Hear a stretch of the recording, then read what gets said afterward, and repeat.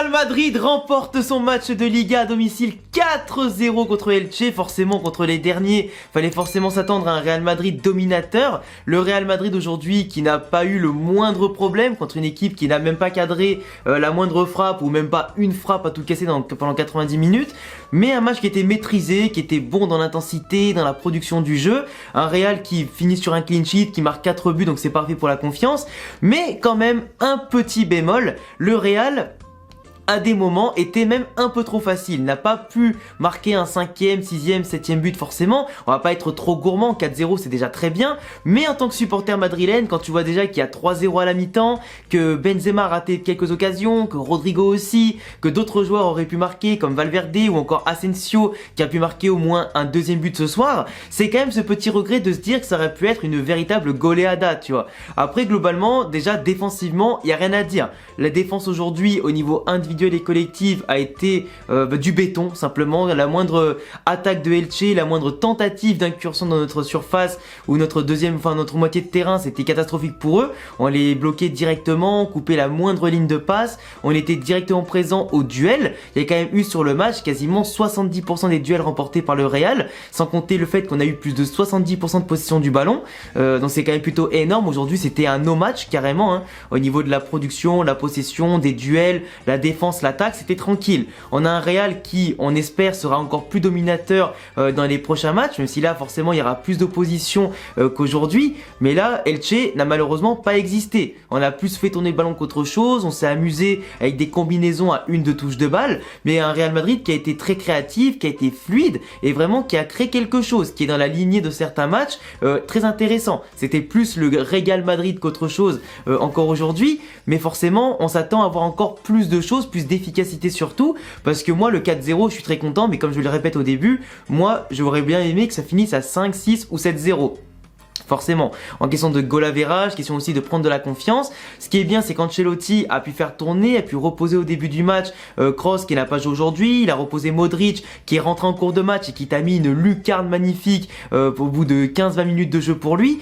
Il a fait reposer certains joueurs, il a fait rentrer certains jeunes aussi. On a Tchouaméni qui s'était blessé au dernier match et qui a pu rentrer aujourd'hui en montrant qu'il n'était pas blessé, qu'il était simplement laissé au repos, donc c'est parfait. Camavinga qui était positionné en 6, qui a fait un excellent match, qui n'était pas pressé non plus par l'équipe de Elche, qui a pu parfaitement assurer de la verticalité, prendre le ballon aussi pour gagner des mètres avec lui balle au pied, donc c'est plutôt pas mal. On a eu une équipe aussi du Real qui était inspirée avec des Valverde et Ceballos qui ont de la confiance, qui retrouvent en tout cas un très bon niveau, surtout pour Valverde qui a montré à l'instar de ce qu'il a fait en finale du mondial des clubs que ça y est, Valverde il est de retour dans l'activité physique, dans les mètres qu'il gagne, dans l'inspiration qu'il apporte et la puissance qu'il apporte, donc c'est parfait. Ceballos aussi aujourd'hui très technique, qui a apporté son petit toucher, sa créativité, qui a pas marqué ni fait de passe décisive, mais de l'autre côté il a fait tout ce qu'on attendait de lui pour créer le jeu et parfaitement en tout cas lancer le Real.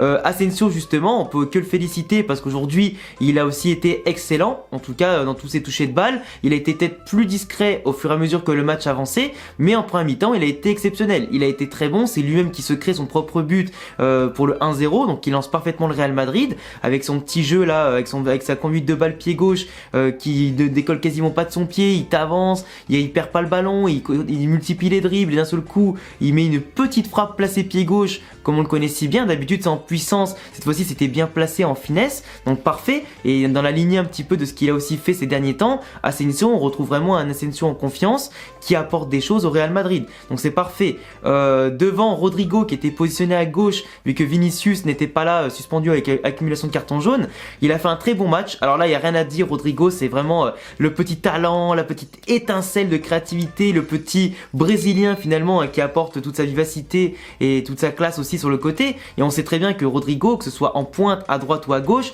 il est excellent, et par moments à gauche il peut être aussi intéressant que Vinicius, même s'il est un peu moins rapide que lui au niveau des dribbles, du QI football, de son placement et ce qu'il apporte, il apporte encore plus de danger par moments, voire autant que Vinicius, donc c'est intéressant de le noter. Et il est vrai que comme le disait le commentateur, le Real Madrid, que ce soit à gauche gauche ou à droite, on a 2 jeunes, voire 3 qui ont un grand talent. Donc à ce niveau-là, on est fourni. Là où ça va plus poser de problème à l'avenir, c'est forcément pour épauler ou remplacer Benzema d'ici les 2-3 prochaines années.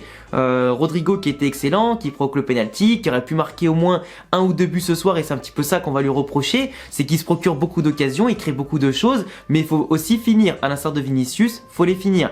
Benzema, il participe beaucoup au jeu, il a planté 2 penalties, il a pu en tout cas rattraper un peu Lewandowski au classement des buteurs. Il en est à 11 buts en 13 matchs aujourd'hui, quand Lewandowski a 14 buts en 18 matchs, donc forcément il a joué 5 matchs de moins, il est qu'à 3 buts de moins, donc au niveau du ratio on est pas mal, il se rapproche petit à petit, mais Benzema ce soir il aurait dû finir au moins à 4 ou ouais, 3 ou 4 buts, tu vois, parce que vu ce qu'il a raté à des moments, même s'il participe beaucoup plus au jeu que ces dernières semaines, on sent qu'il prend plus de confiance ballon au pied, mais par contre devant la cage il y a un petit souci d'efficacité. Les penalties c'est bien de les mettre, mais les autres occasions qu'il a ratées, dans un autre contexte aussi, il faut commencer à les planter, que ce soit la tête qu'il a pas décroisée, que ce soit le ballon qu'il a récupéré quand le défenseur a glissé et qui met pas assez de puissance, c'est un peu dommage, ou d'autres occasions comme ça qu'il a pas coupé ou qu'il a pas eu l'instinct d'aller la mettre, c'est un peu dommage.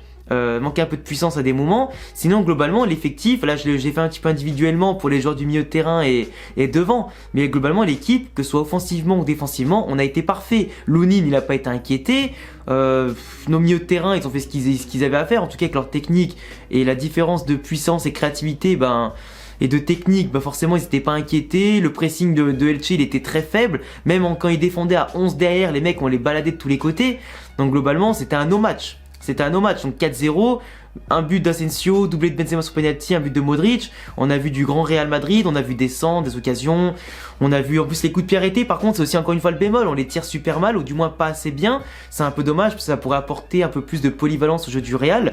Mais globalement il y a eu des idées, les joueurs ont dédoublé, ils ont été collectifs, solidaires pour le peu de ballons qu'on perdait. On avait un pressing qui était bien en place, même si d'ailleurs, petit bémol sur ça, je trouve que le pressing du Real, il est un peu désorganisé par moment, dans le sens où l'adversaire, même si c'est Elche et le plus faible adversaire de Liga globalement sur le papier, il s'en sortait quand même beaucoup, enfin pas forcément facilement, mais il s'en sortait plutôt bien devant notre pressing. À des moments, oui, on allait récupérer assez vite le ballon, mais je trouve que à des moments, même en première mi-temps quand les joueurs sont frais, on a un pressing qui est un peu décousu et il n'est pas organisé à 100% du temps. À l'instar par exemple du Barça qui a un pressing beaucoup mieux organisé, beaucoup plus haut que le nôtre, nous on a un peu du mal à le mettre en place sur certaines phases de jeu. Donc je pense que le Real Madrid, au-delà des coups de pied arrêtés, peut encore progresser sur la partie pressing pour être encore plus efficace, récupérer le ballon plus haut et forcément finir aussi les actions. Donc pour moi les axes d'amélioration pour les prochains matchs, c'est vraiment ce côté pressing amélioré en termes d'organisation de l'espace.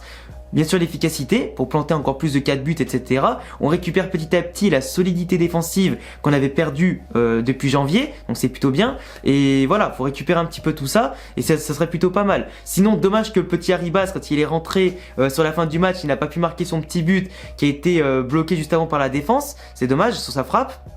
Mais sinon c'est bien que tout le monde participe un peu au jeu, prenne de la confiance et que en plus on récupère des joueurs frais, que certains ont le temps de se reposer et pour les prochaines échéances. Là Liverpool arrive la semaine prochaine, on a encore un match de Liga ce week-end, donc l'équipe tourne bien, on prend peu de buts, on marque beaucoup, les joueurs s'amusent bien aussi, donc c'est parfait. En attendant les amis, je vous laisserai me dire en commentaire quel est pour vous le top joueur de ce match là, le flop éventuellement, même si pour moi il n'y a eu aucun flop, que ce soit les titulaires ou les remplaçants. Forcément en face t'as pas eu d'équipe qui a voulu jouer le jeu, donc c'est dommage pour nous et pour le spectacle globalement. Nous en tout cas c'est régalé en tant que supporter du Real. Donc j'attends tous vos avis sur ce match là dans les commentaires. Désolé de ne pas avoir pu faire le débrief de la finale du mondial des clubs. J'étais sur Paris avec des amis, donc forcément j'ai pas pu faire ça. Vous laisserez vous abonner, cocher la cloche, le petit pouce bleu, mes raisons en description comme d'habitude pour me soutenir. Et à bientôt pour de prochaines vidéos. Ciao les gars.